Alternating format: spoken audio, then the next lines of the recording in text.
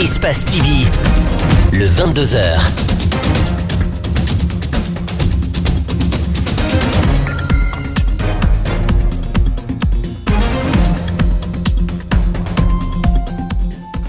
Bonsoir à tous, merci de nous rejoindre sur Espace TV et bienvenue au 22h qui sera essentiellement consacré à l'actualité nationale.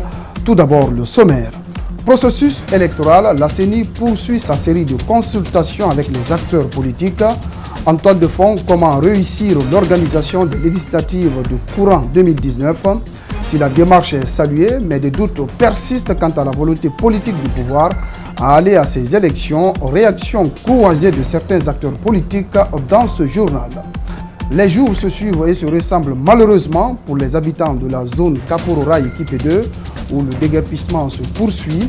Les bulldozers du ministère de la Ville et de l'Aménagement du Territoire ont commencé la démolition d'une partie de Koloma 1 située à quelques encablures des tours jumelles.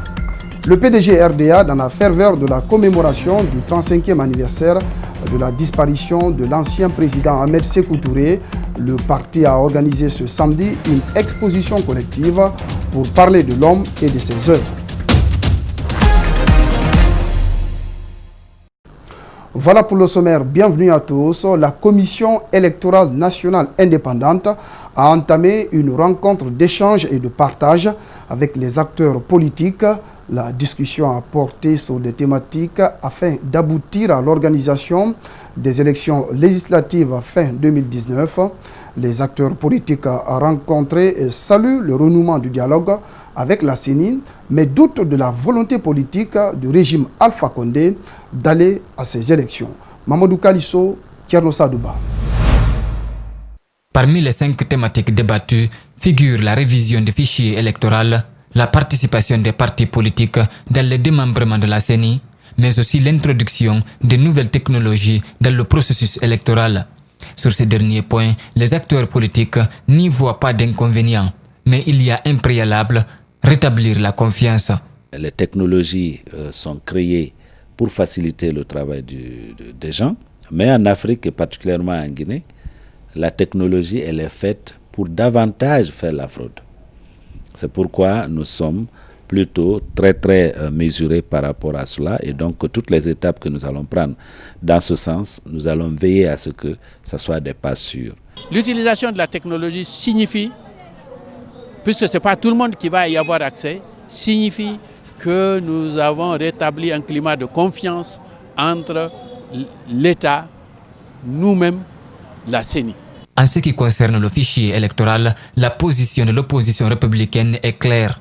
Elle exige sa révision intégrale. Comme ça, les migrants qui sont partis, qui ne sont plus là, ceux qui sont décédés, qui ne sont plus là, et les mineurs qui n'ont pas 18 ans, etc. Ceux qui se sont enrôlés 2 fois, 3 fois, on les raye. Donc les dédoublonnages, tout ça, pour enlever, si vous voulez, les fictifs. Donc je pense que c'est ce qu'il faut. Si on a un fichier sur lequel toute la population s'accorde, je suis persuadé que nous irons à des élections transparentes. Compte tenu des travaux à faire et la lenteur de l'exécution des engagements du gouvernement, le président du bloc libéral est sceptique quant à la tenue des scrutins législatifs en fin 2019, comme l'a souhaité le président de la CENI. Nous sommes sous la gouvernance du professeur Alpha Condé qui fait de la violation de la Constitution et des lois son jeu de prédilection. Depuis qu'il est là, le principe constitutionnel, n'est-ce pas, de régularité des élections n'a jamais été respecté. Sur la participation des partis politiques dans les CARL, la CENI sollicite un personnel compétent au sein de la classe politique. Comment trouver des financements pour les projets de développement? Le gouvernement dispose des nouveaux outils de collecte de fonds. Et il s'agit du code NIF, les emprunts obligataires auxquels toutes les sociétés doivent se soumettre si elles veulent réellement continuer à exporter, importer ou accéder au marché public. Plus de détails avec Mamadou Salouba, Ibrahim Assouma. Le gouvernement décide de réformer la politique fiscale. Il met en place un nouveau code NIF, un numéro d'identification fiscale auquel toutes les sociétés doivent se soumettre. Ce code NIF est en fait un outil de contrôle et de collecte des fonds assez comparable à ce que peut être un ticket d'entrée. Et toutes les sociétés doivent l'avoir d'ici le 31 mars. passé ce délai, aucun opérateur économique ne peut ni exporter, ni importer. Aucun opérateur économique ne peut accéder au marché public, à plus forte raison accéder au paiement de l'État. Déjà, les opérateurs économiques, ils sont au courant. Il y a beaucoup d'entre eux qui ont fait leur régularisation au niveau de la Direction nationale des impôts, mais il reste encore. Le gouvernement rassure qu'aucune société ne va déroger à la règle. Numéro de téléphone, adresse email, siège social, tout sera enregistré pour qu'aucune société n'échappe. Les banques, les assurances, les opérateurs économiques, les grandes sociétés minières, les sociétés de téléphonie mobile et les particuliers. Les sensibiliser suffisamment afin que ces catégories professionnelles puissent participer massivement à l'emprunt obligataire. Avec ce code NIF, le gouvernement compte mobiliser 160 millions de dollars, soit 1600 milliards de francs guinéens. L'argent collecté sera investi dans les projets de développement, notamment les travaux publics. Les différentes sociétés ont compris la volonté du gouvernement. Elles sont optimistes. L'installation de code NIF, ça nous facilite de faire les opérations. Et avant, ils nous donnent seulement, disons, 3 mois à 6 mois de validation. Et après, on change. Maintenant, quand on a le NIF permanent, nous avons notre programme et on fera tout pour respecter dans ce sens-là. D'ici le 30e mars, le gouvernement doit distribuer 15 000 numéros d'identification fiscale. À ce jour, plus de 3 000 sont distribués, soit une collecte de 631 milliards de francs guinéens. Santé dans ce 22 heures. La brigade Medicrime serait-elle créée sans l'approbation du ministère de la Santé? Cela semble être le cas. La sortie du directeur national de la pharmacie et du médicament ne laisse planer aucun doute. Il l'a entendu par voie de presse. En ce qui concerne la disparition du camion de faux médicaments, la DNPM rassure que les agréments de toutes les sociétés grossistes et la pharmacie incriminée ont été suspendus. Explication, Alseni Bari, Abdoulaye Kamara. La brigade Medicrime fermée, son premier responsable interpellé après la disparition d'un camion de faux médicaments. Ça ne s'arrête pas là. Le ministère de la Santé se dit surpris de la création d'un tel service. L'étau se referme sur cette brigade. Et pourtant, le ministère de la Santé avait bel et bien prévu la mise en place d'une brigade, mais qui devrait être rattachée en elle, selon l'article 36 de la loi pharmaceutique. Nous apprend-on. Nous avons entendu parler dans les zones qu'il y avait une brigade Medicrime créée. Mais une brigade Medicrime créée par d'autres personnes, alors que c'était au ministère de la Santé de créer la brigade. Si vous lisez, j'ai la loi devant moi ici, c'est un arrêté du ministre de la Santé. C'est un arrêté, je répète bien, du ministre de la Santé qui doit créer la brigade de répression. C'est ce qui est écrit dans la loi. Mais la brigade a précédé, la création de cette brigade-là a précédé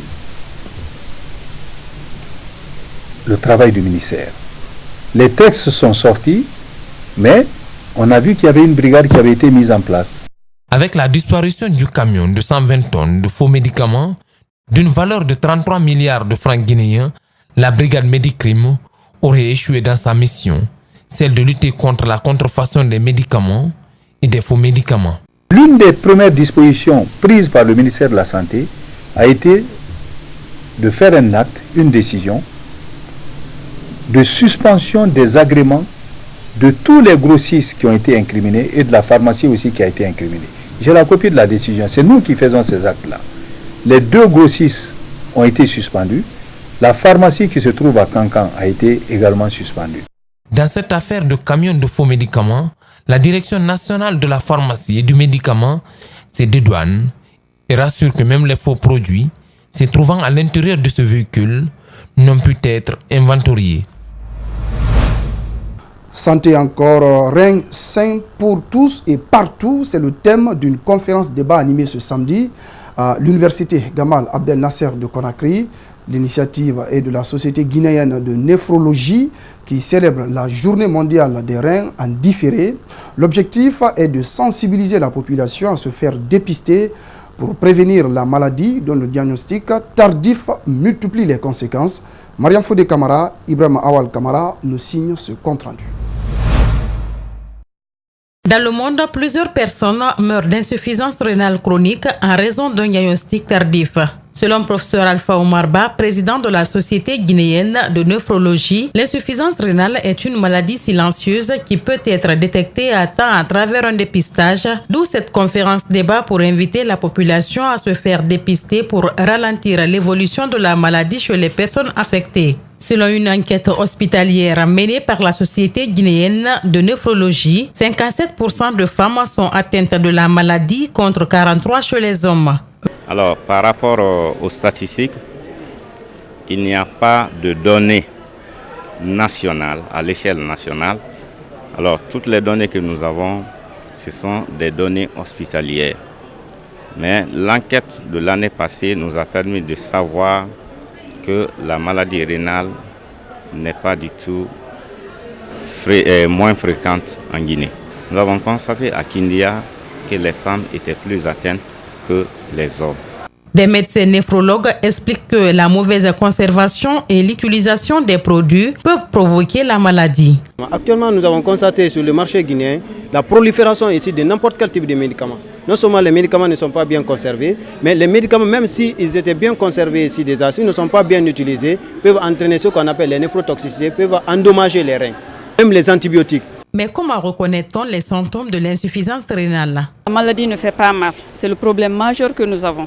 Des fois, il y a des vomissements. Et puis, c'est des signes aussi qui se ressemblent à d'autres pathologies infectieuses tropicales, comme le palu et la fièvre typhoïde. C'est ce qui fait que les malades retardent avant d'arriver au service. Pour les modes de prévention, les médecins recommandent de boire suffisamment d'eau, éviter les médicaments en vente libre et manger des fruits.